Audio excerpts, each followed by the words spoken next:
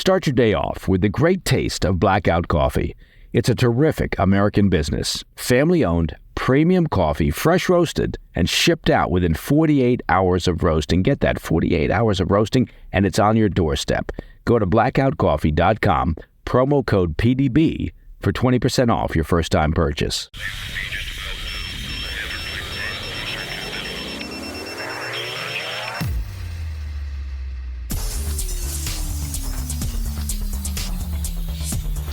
It's Tuesday, 9 July. Welcome to the President's Daily Brief. I'm Mike Baker, your eyes and ears on the world stage. Let's get briefed. NATO leaders are in Washington today, and frankly, so am I, for the kickoff of a summit commemorating the 75th anniversary of the military alliance. With Putin's war still raging in Ukraine, we'll examine what's at stake at this week's gathering. And as an aside, nothing screws up traffic in Washington, D.C. like a NATO summit. Later in the show, with hostage talks restarting this week, Israeli Prime Minister Netanyahu may have complicated the negotiations by dropping a list of non-negotiable demands at the last minute. Seems like he's taken a page out of the Hamas playbook. Plus, fresh off his visit to the Kremlin, Hungarian Prime Minister and EU Council President Viktor Orban is continuing his so-called peace mission in Beijing, of all places, once again shocking EU members, that's what he does best, by meeting with Chinese President Xi Jinping. Orban is definitely marching to his very own drummer. And finally, we'll have an update on now-tropical storm Beryl after the storm made landfall off the central Texas coast on Monday. But first, today's PDB Spotlight. We'll kick things off today in Washington, D.C., where world leaders are descending for a critical NATO summit amid fears about future U.S. and European support for Ukraine. The gathering marks the 75th anniversary of NATO, which comes as Vladimir Putin tests the resilience of the alliance like never before with his continued aggression in Ukraine and harassment of Baltic members. It's worth noting that in the past 24 hours, Russia unleashed probably their largest missile barrage on Ukraine in the past 4 months, possibly sending a signal to the NATO alliance.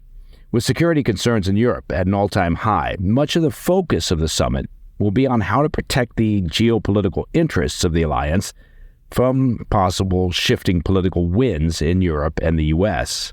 According to a report by the Associated Press, President Biden's, let's call it a disastrous debate performance, is that too dramatic, has only added to anxieties within the alliance that former President Trump, an occasional NATO skeptic, will return to power in November. NATO leaders are concerned that a Trump victory, along with the rise of the populist right throughout much of Europe, could leave the alliance divided and undermine their long-term security commitments. Jeff Rathke, a veteran Foreign Service officer, told AP, quote, "The outcome of the November election matters enormously for NATO, and pretty much all heads of state and government in the alliance feel the same way, even if they refuse to discuss it. The unpredictability of what Trump might do and how quickly in office he might do it leaves people on edge. It would be a significant jolt to NATO if he were to win," end quote. Now, mind you, anyone who is described as a veteran Foreign Service officer is possibly self-identifying as a Democrat, so the angst regarding Trump, well, that could be understandable. As we touched on last week, leaders will finalize plans at the summit in D.C. to formalize NATO's position in arming Ukraine by transferring control of a U.S.-led multinational group that oversees weapons shipments to Kyiv. The U.S.-led Ramstein Group, which has coordinated military aid for Ukraine since Russia's invasion in 2022, will continue to operate as a political forum, but NATO will assume the military coordination role, ensuring more structured support for Ukraine's defense efforts in the long term. The initiative is meant to, quote, Trump-proof NATO support for Ukraine ahead of his possible return to power. By institutionalizing NATO's role, they hope to make support for Ukraine immune to domestic political interests. But it's not just the U.S. presidential race that has NATO leaders concerned. France, which has been a leading supporter of Ukraine under President Emmanuel Macron, is facing an uncertain political future. While Macron managed to stave off complete defeat by an insurgent populist right wing over the weekend, his coalition failed to win a majority in parliament. Right-wing members, skeptical of NATO, greatly increased their seats, which could dilute France's influence within NATO as time goes on. And then, of course, there's Viktor Orban of NATO member Hungary, a Putin ally and a perennial thorn in the side of the alliance, who followed up a tense meeting in Kyiv last week with a surprise visit to Russia to see Putin, where the pair held talks on a potential Ukrainian peace deal. Orban recently blocked Sweden's NATO membership bid for more than a year, and he's at various times blocked the approval of aid packages. We'll have more on Orban's latest attempts to undermine NATO interests a little later in the show. Regarding Ukraine's possible inclusion into NATO, leaders will outline a, quote, bridge to membership for Ukraine this week during the summit to accelerate that effort. Though it's a process that's expected to take years, NATO officials want to begin strengthening Ukraine's defense capabilities and integrating them more closely with NATO standards and procedures. And as we discussed on Friday, NATO allies have also tentatively agreed to send military aid worth $43 billion to Ukraine next year, plans which they'll finalize this week. While NATO leaders failed to secure a multi-year pledge from member states, the agreement reportedly includes provisions to reassess contributions at future NATO summits.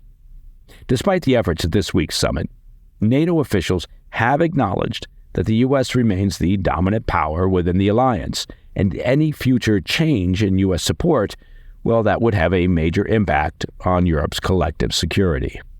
And to be frank, much of the press during the NATO summit in Washington, D.C., will be fixated on the issue of President Biden's abilities, his mental acuity, and potential to remain the Democrat presidential nominee for the November election. There is every chance that that coverage will overshadow key details of the NATO summit itself.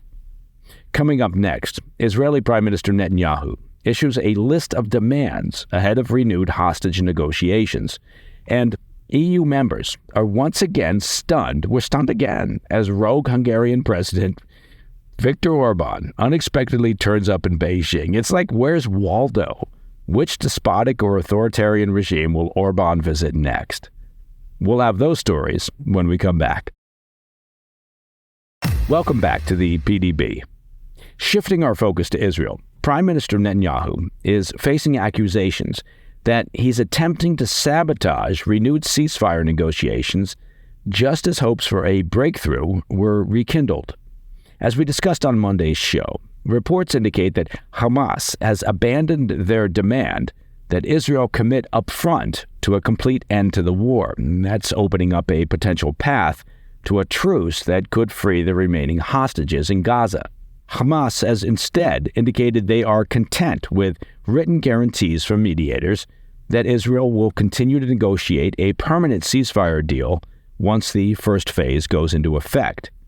But just as mediators from Israel, the U.S., Egypt, and Qatar began rushing back to the negotiating table this week, Netanyahu issued a statement Sunday evening outlining 4 non-negotiable Israeli demands, the most notable being a guarantee from all parties that Israel can resume operations in Gaza at a later date. Netanyahu also said that Israel will not agree to the release of thousands of armed terrorists to the northern Gaza Strip. He demanded that weapon smuggling to Hamas through Egypt's border be halted, and that all sides agree to maximize the number of living hostages that are released. Officials in his office also emphasized that there were still major gaps in Hamas's response and the original proposal. While Netanyahu has made no secret about his commitment to the total eradication of Hamas, many questioned why he was underscoring these issues at such a critical juncture in the negotiations.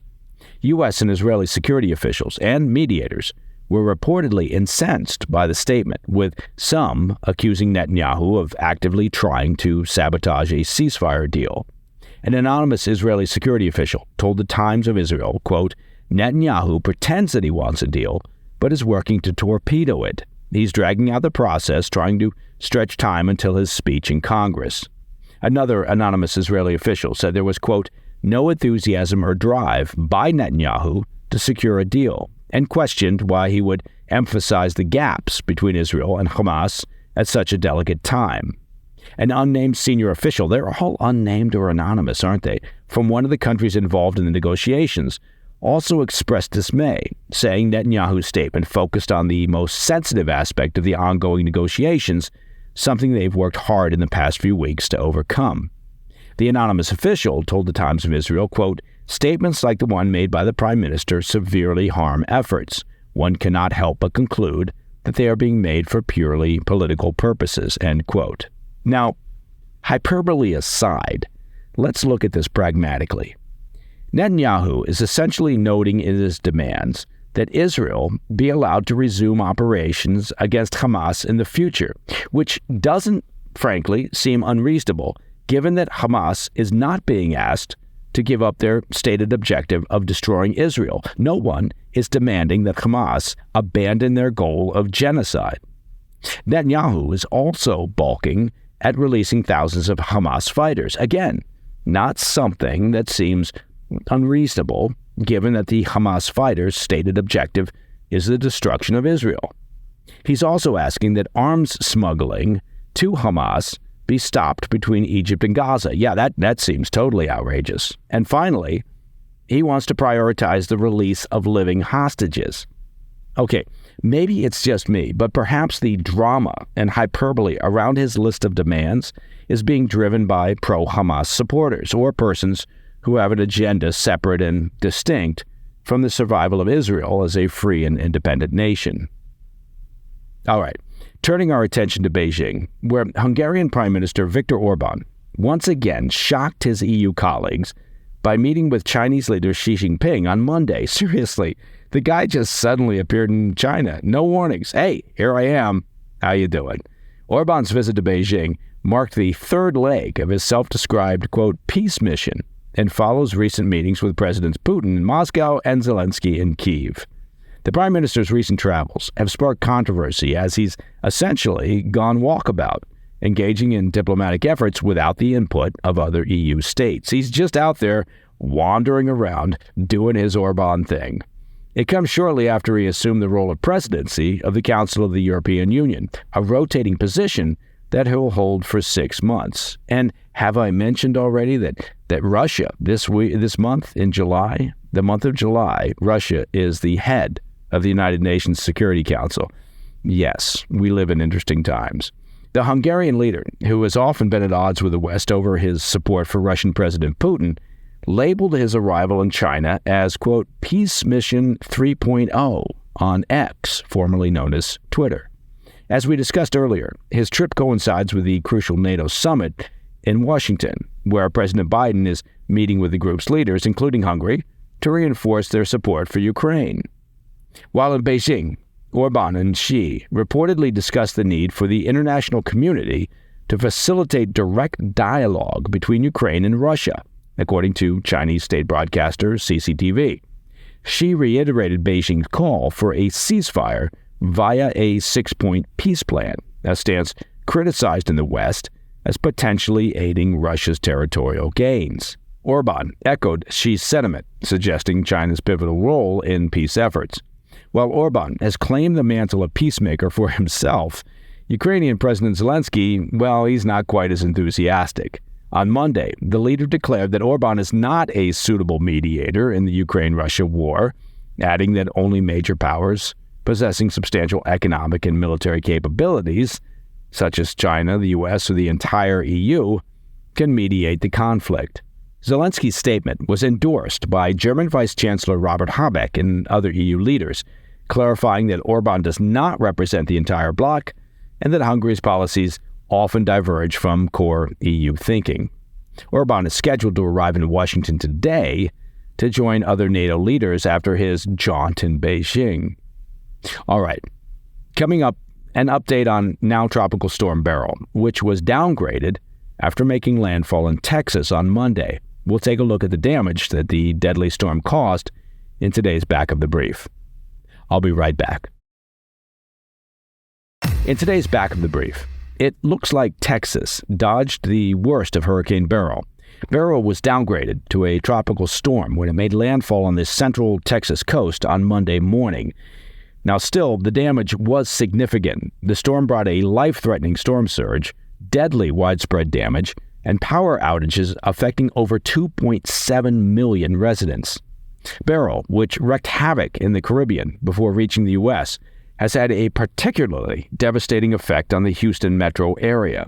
Torrential rainfall rates of 2 to 4 inches per hour overwhelmed the drainage systems, while winds of up to 90 miles per hour damaged infrastructure. For some perspective, Houston was hit with more than a month's worth of rain over the course of just a few hours.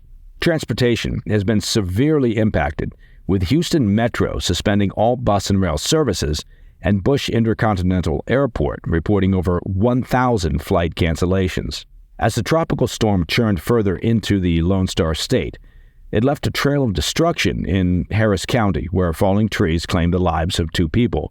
These deaths added to the then hurricane's death toll of at least 9 fatalities across the Caribbean, including Venezuela, Jamaica, Grenada, St. Vincent, and the Grenadines. Over 2,000 emergency responders, including members of the Texas National Guard, are working to address the storm's aftermath. Tornado warnings have been issued for several Texas counties and parts of Louisiana, as the storm has reportedly spawned several massive twisters near the border between the 2 states. As the storm moves northward, it's expected to weaken but bring heavy rain and strong winds as far north as Michigan by the end of the week. And that, my friends, is the President's Daily Brief for Tuesday, 9 July. If you have any questions or comments, please reach out to me at pdb@thefirsttv.com. Now, to listen to the show ad-free, you can become a premium member of the President's Daily Brief by visiting pdbpremium.com. It's simple and quite possibly the best value in the world of news and information. I'm Mike Baker, and I'll be back later today with the PDB Afternoon Bulletin. Until then, stay informed, stay safe, stay cool.